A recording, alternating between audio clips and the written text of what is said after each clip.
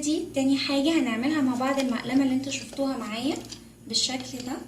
اوكي، ده شكل وده شكل تاني ممكن نعمله برضو، بس انا هعمل دي ودي انتي تقدري تعمليها.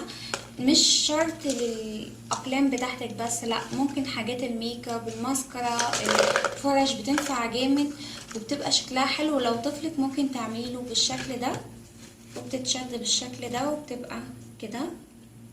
اوكي، بس عايزه اقول حاجه بسرعه، ان انتي لما تكون حاجه مزخرفه ما تحاوليش ان انتي تحطي حاجه زياده. يعني انا حطيت دول علشان اشوف منظرها في الاخر هيعمل ايه، فمش عارفه، حاسه ان هي بقت اوفر شويه، فدي يعني حاجه تاكد لك اكتر. يلا نشوف احتياجاتنا ايه. احتياجاتنا كرتون رول، طبعا بتحتاجي على حسب الحجم اللي انت عايزاه صغير ولا كبير، وكمان التغليف زي ما انت حابه. شوفي انا مغلفاها بورق الوان، تقدري تعملي نفس الفكره، او بورق اللي هو الستيكر في الحجم ده وفي الحجم ده وفي حجم تاني، او ممكن تعمليها بالورق اللي هو السولوتيب ده. اوكي، نبتدي مع بعض. اول حاجه عشان تعمليها بتجيبي القلم بتاعك وبتبداي ان انت تقيسي المقاس بتاعك بالظبط، وبعد كده بتخططي بالقلم من عند الراس بالظبط. شايفين الخط من عند الراس؟ الجزء ده هو اللي هيتقطع من عند حجم الراس كده، بداية السن، من عند البداية دي هنعمل خط كده على طول مساوي ونبدأ ان احنا نقص. عشان تقصيها بتبدأي ان انت تفتحي كده لحد الخط. اوكي، وبتبدأي ان انت تقصي، لا اما بالقطر على طول. هقصها وارجع لكم. كده طبعا قصتها ومفيش اي زيادة فيها. ببتدي ان انا اجيب القلم، اوكي، وابتدي اجيب قطعة رول تانية واحطها كده، اوكي، واشوف حجم الغطا اللي انا عايزاه. فانا مش عايزاه طويل قوي، يا دوب كفاية كده لحد هنا، وابتدي امشي بالخط ده كده داير ما يدور، طبعا مساوي، ما اطلعش فوق ولا انزل تحت. اوكي، وبعد كده هقصه ماشي وارجع لكم. كده المقلمة عندي جاهزة. هبتدي ان انا اخد الغطا بتاعها ده وارسم من جوه، اوكي، دايرتين عايزاهم بالظبط. اوكي، علشان الوقت انا قصة اصلا ومجهزاها اهم. اوكي، واحدة للقاعدة وواحدة للغطا، وبعد كده بقص طبعا حسب اللون اللي انا عايزاه، وبنحضر ورقة يعني مش كبيرة قوي. اوكي، بنعملها زي الدايرة كده كويس، بنلفها كويس، لا اما كرتونة رفيعة، ونبدأ ندخلها كده بالسمك بتاع تبقى باينة بالشكل ده. اوكي، وابتدي ان انا اعملها بالصمغ بتاعي والزقها. بس قبل ما الزقها طبعا لازم الف الرول دي، فهلفها بنفس الطريقة اللي احنا عارفينها. هنقيس المقاس ونبدأ نقص عليه، ودي طبعا سهلة على طول لفة. اوكي، اخلصها ونشوف. كده هبتدي الزقهم بالشمع واحطهم في القاعدة بتاعتها، وبعد ما يتلزقوا على طول بتبداي ان انتي تحطي الحاجات بتاعتك، وما تنسيش الورقة اللي انا قلت عليها.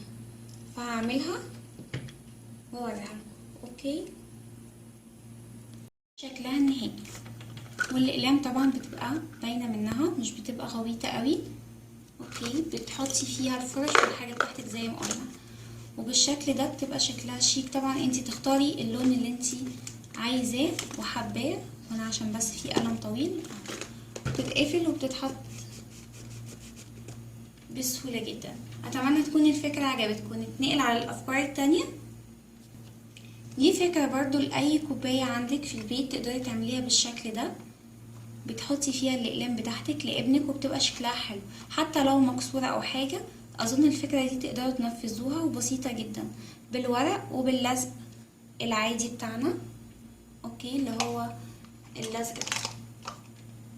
اوكي، في الفكرتين التانيين اللي هي الاقلام. طبعا احنا بنجيب الاقلام بتاعتنا بتبقى عاديه زي ده، نقدر ان احنا نعملها بالشكل ده. بنحط واحده واحده من هنا، اوكي، ونقدر ان احنا نعملها لون واحد بالشكل ده، وبرده نقدر نعملها بالورق الستيكر بالشكل ده.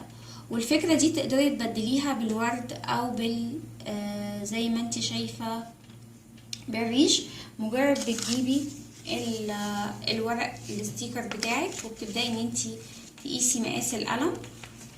اوكي، وبتبداي ان انتي تلزقي عليه بالشكل ده، بتقصي، وبعد كده بتبداي ان انتي تبريه. فهلزقه واوريكوا شكله. انا حطيته على الورق بالشكل ده. اوكي، هبتدي احط جنبه الريشه بالشكل ده، وابدا ان انا الفها. طبعا هتتلف معايا، وابتدي ان انا طبعا ما تنسيش ان انتي تعملي القلم عشان ما يبقاش فيه اي فراغات. اوكي، بيبقى كده الشكل النهائي بتاعي للقلم. وببتدي ان انا اقص الزياده، وبالبريه ابتدي ان انا افتح لها بس منفذ. اوكي، وبعد كده باي بريه اروح بريه القلم هيبقى بالمنظر ده. وفي نفس الوقت برضو اقدر ان انا احط له بدل الريش ورده او اي حاجه تقدري ان انتي تحطيها. فدي فكره عشان تغيري بيها الاقلام بتاعتك وبتاعت ابنك، بيبقى شكلها لذيذ وحلوه جدا على المكتب. نيجي للفواصل. انا وريتها لكم في الكاستر المره اللي فاتت في المشتريات، بيبقى فيها كذا طريقه. اول طريقه ان احنا بنجيب المشبك بتاعنا او الفاصل بالشكل ده، ونبدا ان احنا نتنيه بالشكل ده. اوكي، لما بيتني كده ايه اللي بيحصل؟ نرجعه كده،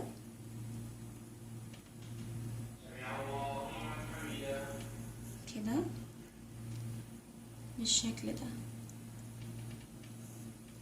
الشكل ده شوفوا في الاخر بقى ازاي، شكل القلب. اوكي، نعمل واحدة تانية. بتجيبي المشبك بالشكل ده، وتبدأي ان انتي تعمليه كده. اوكي، وتاخديها لورا كده. خلاص، هيبقى عندك الشكل النهائي بتاع القلب ده. في حاجة تانية ان احنا ممكن نعمل اللي انا وريتها لكم بقى في القصة بتاعتي، كنت عاملاها كده. بتضمي الاتنين دول كده على بعض، وتبدأي ان انتي تدخلي وتحطي الاتنين الطرف بتاعها كده، وابدأ ان انا اسحب لفوق كويس، بتبقى بالشكل ده عندي. واخد دي اضمها كده، وبالمقص انزل كده، مقص بارد.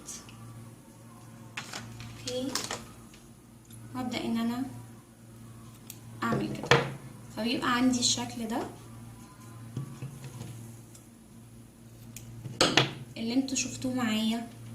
اوكي، في شكل تاني، ممكن اشكال تانية. طبعا لو ما عندكيش ستان، ممكن في الشرايط بتاعه البيجامات دي احنا ما بنبقاش عايزينها، ساعات بتبقى البناطيل مظبوطه، ممكن تعمليها وبتبقى برضو نفس الشكل ده. ممكن حاجه تانية برضو ان احنا نجيب اي ورده عندنا من ملايه، من بلوزات قديمه، ساعات بتبقى الحاجات فيها اكسسوارز كتير، ممكن تشيليها. كمان اي دايره زي دي بتقدري تعملي عليها اشكال الفيسبوك دي، تقدري تستعمليها بالفوم. انا قلت لكم قبل كده بعمل بالفوم اشكال كتير قوي وحاجات كتير، ونقدر ان احنا نلزقهم. برضو في حاجة تانية اخيرة، ممكن نبقى اي كليبس من عندنا، التوك دي بدل ما تشيليها بتحطيها زي ما هي كده سليمة، وبيبقى شكلها بالشكل ده. ونشوف الشكل النهائي. وده كان الشكل النهائي للفواصل بتاعتنا. وطبعا في افكار تانية كتيرة قوي، بس المرة الجاية. يا رب تكون الافكار عجبتكم، ولو عجبتكم ما تنسوش اللايك وسبسكرايب للقناة لو بتشوفي قناتي لأول مرة، وتعليقاتكم الجميلة اللي بتحمسني اكتر واكتر. واشوفكم على خير ان شاء الله في فيديوهات DIY. مع السلامة.